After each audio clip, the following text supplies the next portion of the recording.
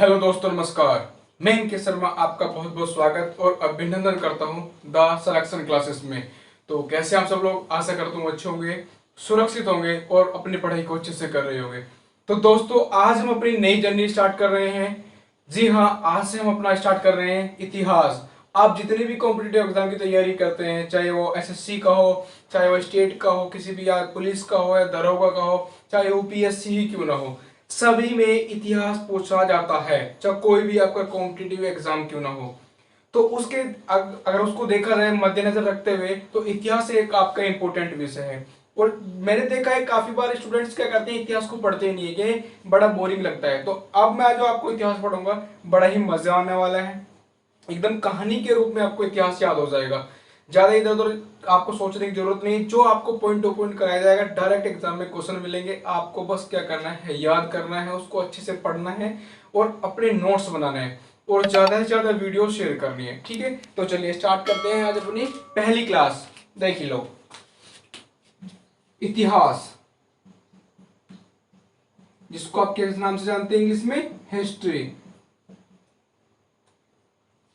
सबसे इंपॉर्टेंट विषय आ जाता है। अगर हम बात करेंगे 3-4 क्वेश्चन, 5 क्वेश्चन तक भी आपको एग्जाम में देखने के लिए मिलते हैं। अगर 50 क्वेश्चन आपके एग्जाम में आ रहे हैं, तो उसमें से 5 या 6 क्वेश्चन आपको हिस्ट्री से देखने के लिए बड़े आराम से मिल जाते हैं। हिस्ट्री की जब हम चर्चा करते हैं, इतिहास की जब हम बातें करते हैं, तो इसमें आपको 3 पोर्शन मेजर, जो बड़े बड़े 3 पोर्शन है, या आप कह सकते हो कि इतिहास को हमने 3 भागों में बांटा है। जिसमें आपका पहला आता है प्राचीन इतिहास, इसके बाद आपका आता है मध्यकालीन,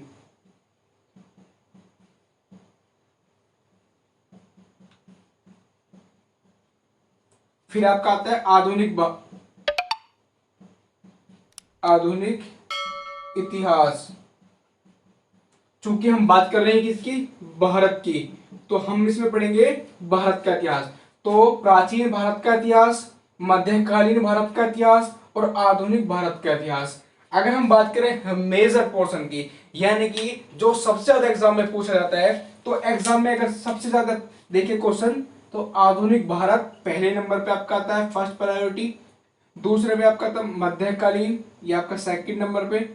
और जब सबसे बाद में हम पढ़ेंगे, या आप कह सकते हैं सबसे जो कम क्वेश्चन आते हैं, वो आपके प्राचीन भारत से आते हैं। तो जो हम सबसे पहले पढ़ेंगे, यानी कि जो आज से हम अपना स्टार्ट करेंगे, वो हम करेंगे आधुनिक भारत का इतिहास। तो अब आप हेडिंग डाल दीजिए, सबसे पहले आधुनिक भारत का इतिहास। साथ में नोट करते जाएंगे। कोई डाउट आए, कोई क्वेरीज आए, तो आप बिल्कुल कमेंट बॉक्स में बिल्कुल भेज दीजिए। और वीडियो को भैया ज्यादा से ज्यादा शेयर करें, सबको क्लास शेयर करनी है, ज्यादा से ज्यादा तक क्लासेस पहुंचनी चाहिए। ठीक है, चलो हेडिंग डाल दो आप।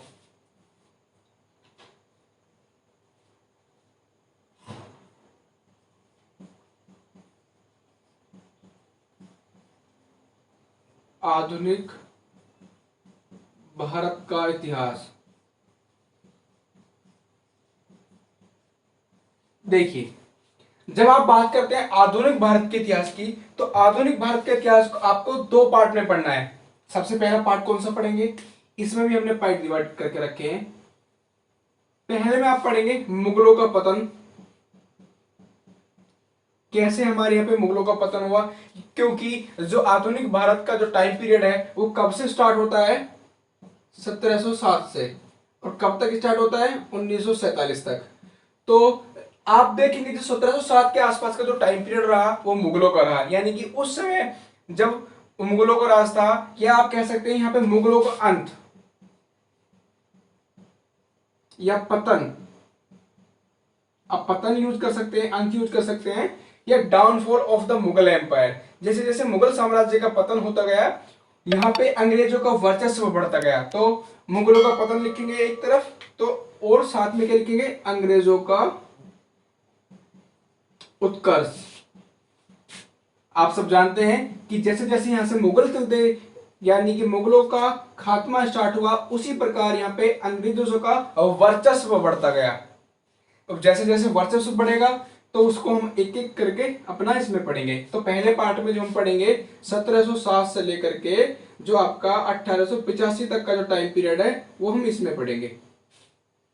तो दूसरा जो मेजर पार्ट आता है आपका आधुनिक भारत में, वो है आपका भारत के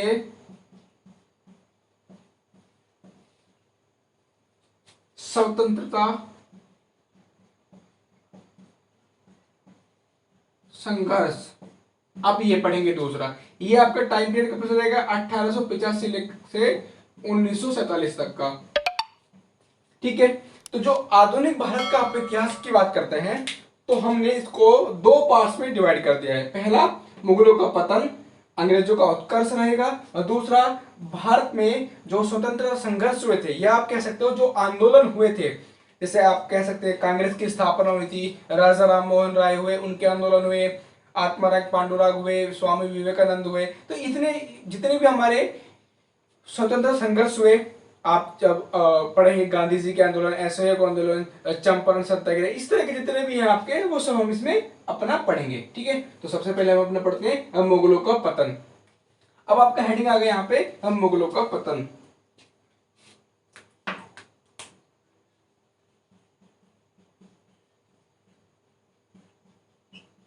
तो अब आप हेडिंग डालेंगे मुगलों का पतन। अब हम इस पे अपना बातें करेंगे। मुगलों का पतन, मुगलों का पतन कहां से स्टार्ट होता है? कहा जाता है कि जब औरंगजेब 1707 में औरंगजेब की मृत्यु हुई,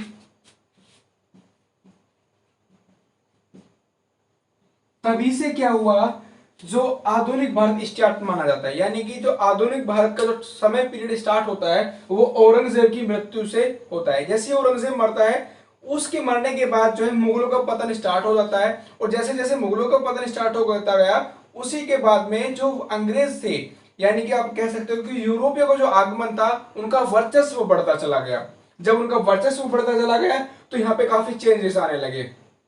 जब औरंगजेब मरा था तो उस समय लगभग 21 सूबे थे भारत में। 21 सूबों पर मुगल साम्राज्य का जो वर्चस्व था वो था, या आप कह सकते हो कि जो सत्ता थी मुगलों के पास, वो 21 सूबों की सूबेदारी थी। भारत में सूबे हुआ करते, जैसे आज इसी प्रकार स्टेट हुआ करते हैं, उसमें सूबे हुआ करते थे। तो 21 सूबों की सूबेदारी थी किसके पास? मुगलों के पास। कब? जब औरंगजेब की मृत्यु हुई। औरंगजेब की जब मृत्यु हुई तो ये कितने वर्ष का था? 89 ईयर। 89 ईयर का आयु में औरंगजेब की मृत्यु होती है। जब ये मरता है तो उससे पहले हम बातें करेंगे। देखिए, इसके 5 पुत्र थे। किसके? औरंगजेब के। औरंगजेब के पुत्र, औरंगजेब के 5 पुत्र थे। 5 पुत्रों में से 2 पुत्र उसके पहले ही मर गए थे, उसके जीते जी। क्या कह सकते हो कि जब वो मरा था मात्र उसके 3 पुत्र ही जीवित थे। अब वो कौन कौन से थे? 5 की बात करेंगे तो सबसे पहले आपका मोहम्मद अकबर। मोहम्मद अकबर जो सबसे बड़ा मोहम्मद अकबर था। उसके बाद आपका आता है मुअज्जम, कामबख्श। ठीक है, मुअज्जम हो गया, कामबख्श हो गया। उसके बाद आपका आता है आजम। 4 पुत्र थे। अकबर पहले ही मर गया था। और 5वां था आपका मोहम्मद सुल्तान। अकबर और सुल्तान पहले ही मर गए थे। जो बचे हुए थे अकबर के बाद जो आपका मुअज्जम, कामबख्श और आजम, 3 पुत्र केवल जीवित थे। अब जब ये मरा था तो उस समय जो मुअज्जम था, ये अफगान का एक तरह से कह सकते हो कि जो अफगान का जो क्षेत्र था उसमें ये सूबेदार था। ठीक है, जब ये वहां पे सूबेदार था, खबर पहुंची कि जो औरंगजेब है वो मर गया है। तो अब जो है इनके 3 पुत्र मुअज्जम, कामबख्श और आजम, इन तीनों के बीच में युद्ध होना स्टार्ट हो गया। इन तीनों के बीच में उत्तराधिकारी को लेकर के विवाद हुआ कि कौन बनेगा उत्तराधिकारी। तो सबसे पहले मुअज्जम दौड़ा दौड़ा आता है अफगानिस्तान से और आकर के युद्ध लड़ता है किससे? आजम से। मोहम्मद आजम से युद्ध लड़ता है मोहम्मद मुअज्जम। तो एक युद्ध हुआ 1707 में, जिसको बोलते हैं जजाओ का युद्ध। जजाओ का युद्ध। इस जजाओ के युद्ध में मुअज्जम ने आजम को मार दिया। तो यहां पे किसकी जीत हुई? मुअज्जम की। मुअज्जम वर्सेस आपका आ जाएगा आजम। आजम क्या हुआ? इसमें डेथ कर गया, आजम की इसने मृत्यु कर दी, मुअज्जम इसको जीत गया। 1707 में फिर आपका ये बन गया मुअज्जम मुगल बादशाह। लेकिन जो मुगल बादशाह बना, ये मुअज्जम अपने रियल नेम से मुगल बादशाह नहीं बना था। ये किस नाम से बना था? बहादुर शाह प्रथम। किस नाम से? बहादुर शाह प्रथम। बहादुर शाह प्रथम के नाम से ये मुगल बादशाह बना। लेकिन अभी कौन जीवित था? अभी जीवित था कामबख्श। ठीक है, 1709 में इसने कामबख्श को भी भैया खात्मा कर दिया, या कामबख्श का भी काम तमाम कर दिया। तो ये भी आपको याद रखना है। तो ये छोटी छोटी जानकारी है, आप जल्दी फटाफट नोट कर लीजिए। अच्छा, कई बार आपसे पूछा जाता है कि 1709 में जो कामबख्श मारा गया था वो कौन से युद्ध में मारा गया था? तो बीजापुर का युद्ध याद रखेंगे। 1709 में बीजापुर का युद्ध। बीजापुर का युद्ध हुआ था 1709 में, जिसमें एक कामबख्श को मारा गया। किसके द्वारा? मोहम्मद मुअज्जम के द्वारा। और आजम को मारा गया था जजाओ के युद्ध में, जो 1707 में हुआ था। ये आपको याद रखनी है। ठीक है, अब जो है आपका पहला मुगल बादशाह, या आप कह सकते हो आधुनिक भारत में जो पहला मुगल बादशाह बना, उसके बारे में हम चर्चा करेंगे। कौन बना? मोहम्मद मुअज्जम बना। और किस नाम से बना? बहादुर शाह प्रथम या शाह आलम प्रथम के नाम से मोहम्मद मुअज्जम मुगल बादशाह बनते हैं। ये बातें आपको याद रखनी है। अभी मैं आपको सारी चीजें लिखा देता हूं। बहादुर शाह प्रथम,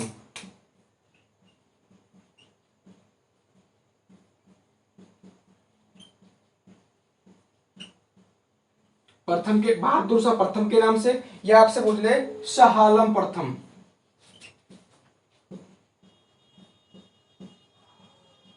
कब से कब तक का टाइम पीरियड रहा? 707 से लेकर के 1707 से लेकर के 1712 तक का इसका टाइम पीरियड रहा।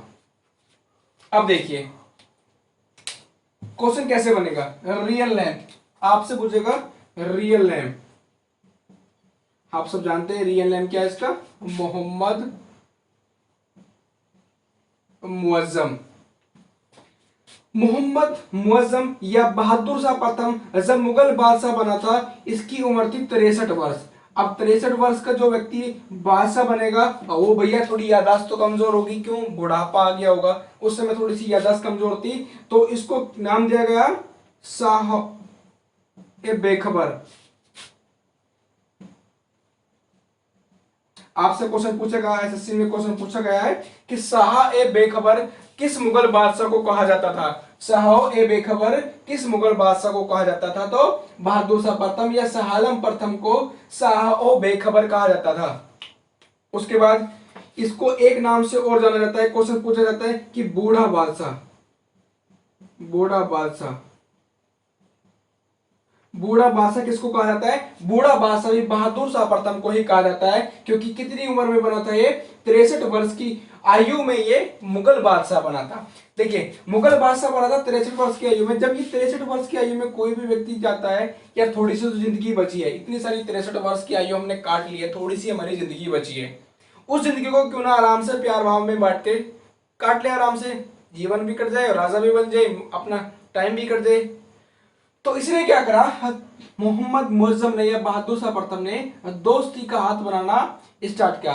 और उस समय मुगलों के जो सबसे बड़े कट्टर दुश्मन हुआ करते थे, कौन थे वो? एक तरफ आपके सिख आते थे और दूसरी तरफ आते थे मराठे। अब मराठे क्यों आते थे? इन्होंने क्या किया? हाँ, बहादुर शाह प्रथम ने 1707 में, यह लिख लीजिए, 1707 में शाहू महाराज जी को, ठीक है याद रखेंगे, शाहू महाराज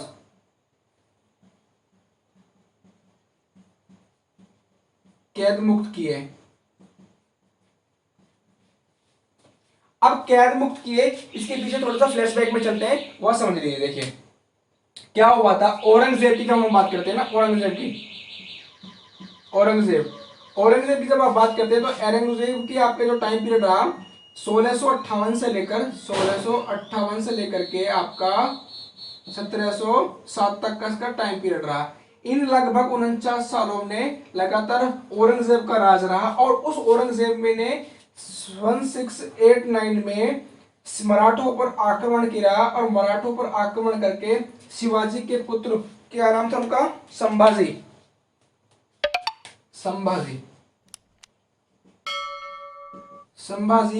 इनको क्या कर दिया, डेथ कर दी इनकी, संभाजी महाराज की डेथ कर दी, और इनके पुत्र किसको, साहू जी को, और इनकी पत्नी संभाजी की पत्नी, या आप कह लीजिए साहू जी की माता, क्या था, येसुबाई, इनको उन्होंने बंदी बना लिया। ठीक है, तो ये कौन थे, संभाजी शिवाजी के पुत्र थे, साहू जी कौन हुए, शिवाजी के पोते हुए। ठीक है, याद रखना है। तो जब इन्होंने इनको बंदी बना लिया था, ये नहीं चाहता था, बहादुर शाह प्रथम बिल्कुल नहीं चाहता था लड़ना कि मराठे, उसको पता था कि जैसे आपका ये मुगल बादशाह आलमगीर, यानी कि इसको दूसरे नाम से भी जाना जाता था, औरंगजेब को आलमगीर के नाम से, आपका दो नाम थे उसके, क्या था, एक तो औरंगजेब और आलमगीर, इन नाम से उसको जाना जाता था कि जैसे ही आपका औरंगजेब मरेगा मराठे तुरंत आक्रमण करेंगे। तो उसने सबसे पहले काम किया, जैसे ही औरंगजेब मरा, मरने के तुरंत बाद उनके जो साहू महाराज जी उनको रिहा कर दिया, क्योंकि वो जानता था कि जैसे ही ये मरा उधर से आक्रमण स्टार्ट। तो उसने आक्रमण को नकारने के लिए, जिससे आक्रमण ना होए, तो उसने सबसे पहले इनको रिहा किया। तो जब इनको रिहा किया, उनके महाराज जी को रिहा कर दिया, तो ये जाके अपना साहू महाराज जी के नाम से इन्होंने अपना राज्याभिषेक कराया, अपनी पदवी संभाली। ठीक है, जब हम मराठों की बात करेंगे, मराठा साम्राज्य पढ़ेंगे, तो हम इनकी काफी और भी चर्चा करेंगे, दूसरी बात है।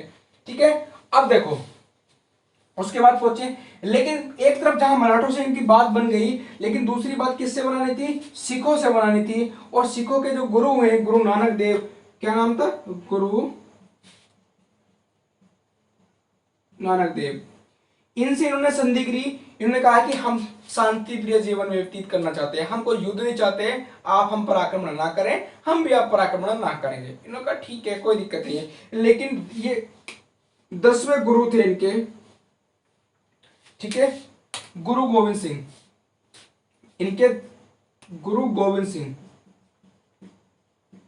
नाम था, गुरु गोविंद सिंह सिखों के 10वें गुरु थे। इन्होंने इसके साथ संधि करी और कहा कि ठीक है, हम अपना संधि कर लेते हैं, क्या शांति प्रिय अपना काम करते हैं, आप भी हमारे ऊपर आक्रमण ना करेंगे, हम भी आपके ऊपर आक्रमण ना करेंगे। लेकिन गुरु गोविंद सिंह का एक सेनापति हुआ करता था जिसका नाम था बंदा बहादुर। भाई वो बिल्कुल नहीं चाहता था कि ये जो है मराठों के साथ उन्होंने संधि कर ली, ये मुगलों को बहुत ज्यादा अप्रिय मानता था। यानी कि जो इनका सेनापति था बंदा सिंह बहादुर, वो नहीं चाहता था कि मुगल जो है सिखों से हाथ मिलाए।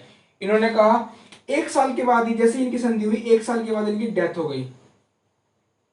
जब इनकी डेथ हो गई तो इनका जो सेनापति था बंदा बहादुर, उसने अपनी कमाल संभाली और अपनी जो इतनी भी सेना थी अपने अंडर में किया, और अंडर में अपने में करने के बाद इन्होंने भैया बहादुर शाह प्रथम पर आक्रमण कर दिया। जब बहादुर शाह प्रथम पर आक्रमण करा तो पंजाब वाले क्षेत्र में युद्ध लड़ते लड़ते 1712 में ये भैया मारा गया। किसके द्वारा? बंदा बहादुर के द्वारा। तो आपसे पूछा जाता है कि जो बहादुर शाह प्रथम है उसकी हत्या किसके द्वारा की गई? तो बंदा बहादुर के द्वारा उसकी हत्या की गई। ठीक है, चलिए जल्दी से एक बार मैं रिकॉल कर देता हूं, आप जल्दी से एक बार रिवाइज कर लीजिए मेरे साथ। देखिए, इतिहास को हम 3 भागों में पढ़ते हैं, प्राचीन, मध्यकालीन और आधुनिक। ज्यादातर क्वेश्चन की अगर हम बात करेंगे तो वो आपकी आधुनिक बारह से स्टार्ट होता है, उसी से ज्यादातर क्वेश्चन पूछे जाते हैं। वही आज हमने अपना स्टार्ट किया।